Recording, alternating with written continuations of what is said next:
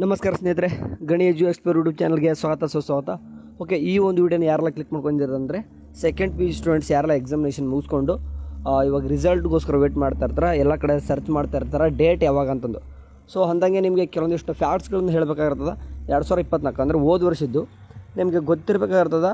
ಬರೋಬ್ಬರಿ 1,49,824 ವಿದ್ಯಾರ್ಥಿಗಳು second P U C ಪರೀಕ್ಷೆಗಳಲ್ಲಿ ನೋಂದಾಯಿಸಿಕೊಂಡಿದ್ದರು. ಹೋದ ವರ್ಷದ್ದು ಹೇಳ್ತಾ ಇದ್ದೀನಿ ನಾನು.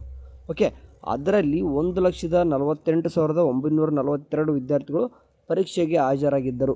ಓಕೆ, ಅಂತಂದರೆ ರಿಜಿಸ್ಟ್ರೇಷನ್ ಮಾಡ್ಕೊಂಡಿದ್ದರಲ್ಲಿ 1,000 ಹತ್ತತ್ರ. ಓಕೆ, ಕಡಿಮೆ ಜನ ಎಕ್ಸಾಮ್ ಬರ್ತಿಲ್ಲ. ಅದರಲ್ಲಿ 52,000 ಜನ ಅಂದರೆ 52 ಸ್ಟೂಡೆಂಟ್ಸ್ ಮಾತ್ರ ಪಾಸ್ ಆಗಿರ್ತಾರೆ. ಸೊ ಅದೇ ರೀತಿಯಾಗಿ ಇಲ್ಲಿ ಶೇಕಡ ಅಂದರೆ ಇಲ್ಲಿ ಏನು ಪಾಸಿಂಗ್ ಪರ್ಸೆಂಟೇಜ್ ತೊಗೊಂತಂದರೆ 35% ಸಿಗ್ತದೆ ನಮ್ಗೆ. ಓಕೆ, ಹೋದ ವರ್ಷದ್ದು ಹೇಳ್ತಿದ್ದೀನಿ. ಸರಿ, ಈಗ ಈ ವರ್ಷದ್ದು ಏನಪ್ಪ ಈ ರೀತಿ ಏನಾದರೂ ಆಗುತ್ತಾ? ಓಕೆ, ಯಾಕಂತಂದರೆ ನೋಡಿ, ಈ ವರ್ಷ ಇನ್ನೂ ಕೂಡ ಪಾಸಿಂಗ್ ಪರ್ಸೆಂಟೇಜ್ ಜಾಸ್ತಿ ಆಗುತ್ತೆ, ಹೊರಿಬೇಡ. ಇದು ಅಂದರೆ ಎಕ್ಸಾಮ್ 1, ಎಕ್ಸಾಮ್ 2, ಎಕ್ಸಾಮ್ 3 ಇರ್ತದೆ ಇನ್ನು. ಇವಾಗ ಅದನ್ನೆಲ್ಲ ಬಿಟ್ಟಾಕಿ ಏನಕ್ಕೆ ಫ್ಯಾಕ್ಟ್ಸ್ಗಳು ಹೇಳ್ತಿದ್ದೀನಿ, ರಿಸಲ್ಟ್ ಡೇಟ್ ಹೇಳ್ತೀನಿ. ಓಕೆ, ಅದ್ರ ಬಗ್ಗೆ ವೇಟ್ ಮಾಡಿ. ಆ್ಯಂಡ್ ಅಭ್ಯರ್ಥಿಗಳು 84,632 ಹುಡುಗರು ಇರ್ತಾರೆ ಆ್ಯಂಡ್ 64,310 ಹುಡುಗಿರು ಇರ್ತಾರೆ. ಇದರಲ್ಲಿ 26,496 ಹುಡುಗರು ಪಾಸ್ ಆಗಿರ್ತಾರೆ.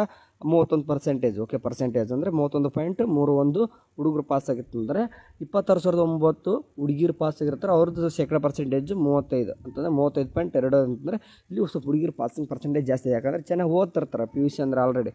ಸೊ ಇವಾಗ ಏನಪ್ಪ ಅಂದರೆ ಹೋದ ವರ್ಷದ ಇಷ್ಟೇನಕ್ಕೆ ಫ್ಯಾಕ್ಟ್ ಹೇಳೋದಂತಂದರೆ ಗಾಬರಿ ಆಗಬೇಡ್ರಿ. ಓಕೆ, ಯಾಕಂದರೆ ಎಕ್ಸಾಮ್ 1 ಇದು ಅಷ್ಟೇ. ಇನ್ ಕೇಸ್ ಎಕ್ಸಾಮಲ್ಲಿ ಏನಾದರೂ ಕೂಡ ಎಕ್ಸಾಮ್ 2, 3 ಇರ್ತದೆ, ಬೆಸ್ಟ್ ಆಫ್ ಸ್ಕೋರ್ನ ತೊಗೋಬೋದು. ಓಕೆ, ಸರಿ.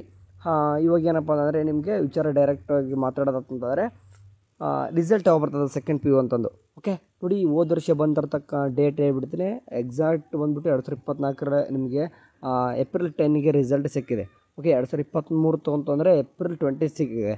ಇವಾಗ ನೋಡಿ, ಇಲ್ಲಿವರೆಗೂ ಇವಾಗ ನೀವು ಏನು ಈಗ ಮೇ 1ರಿಂದ ಹಿಡಿದು 20ವರೆಗೂ ಕೂಡ ಮಾರ್ಚ್ 1ರಿಂದ 20ವರೆಗೂ ಕೂಡ ಏನು ಎಕ್ಸಾಮಿನೇಷನ್ ನಡೆದಿತ್ತು, ಇವತ್ತು ಕಂಪ್ಲೀಟಾಗಿ ಏನಪ್ಪ ಆಗಿದೆ ಅಂತಂದರೆ ನಿಮ್ಮ ಇವ್ಯಾಲ್ಯೂಯೇಷನ್ ಅಂತ ಏನು ಕರಿತೀವಿ ಅಂತಂದರೆ ಆನ್ಸರ್ ಪೇಪರ್ ಚೌಕಟ್ಟು ಎಲ್ಲನೂ ಕೂಡ ಡಿಜಿಟಲ್ ಎಲ್ಲನೂ ಕೂಡ ಕಂಪ್ಲೀಟ್ ಆಗಿದೆ.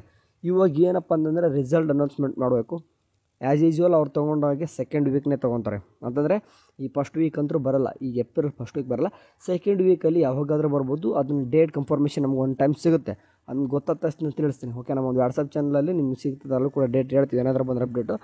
ಇವಾಗ ಡೇಟು ಸೆಕೆಂಡ್ ವೀಕ್, ಈ ಸದ್ಯಕ್ಕೆ ಅಂತ ಬರ್ತಿರೋದು ಎಲ್ಲ ಕಡೆ ಸೆಕೆಂಡ್ ವೀಕ್. ಸದ್ಯಕ್ಕೆ ಏಪ್ರಿಲ್ 10 ಆರ್ 11 ಈ ಮತ್ತೆ ಅದೇ ಡೇಟಾ ಬರ್ಬೋದು. ಓಕೆ, ಏಪ್ರಿಲ್ 11 ಆರ್ 10ಗೆ ಬರ್ಬೋದು, ಸಾಧ್ಯತೆ ಅದಷ್ಟೇ ಅದಾವ. ಆ್ಯಂಡ್ ಇದಾದ ನಂತರ ಮುಂದೆ ಹುಡುಗರು ಯಾರೆಲ್ಲ ಈಗ ಸೈನ್ಸ್ ಮಾಡಿರ್ತಕ್ಕಂಥ ವಿದ್ಯಾರ್ಥಿಗಳಿಗೆ ಎಲ್ಲನೂ ಕೂಡ KCET ನೀಟ್ ಕೌನ್ಸಿಲಿಂಗ್ ಕೂಡ ಫ್ರೀಯಾಗಿ ನಮ್ಮ ಚಾನಲ್ ಸಿಗ್ತದೆ. ಸಬ್ಸ್ಕ್ರೈಬ್ ಮಾಡ್ಕೊಂಡಿರಿ.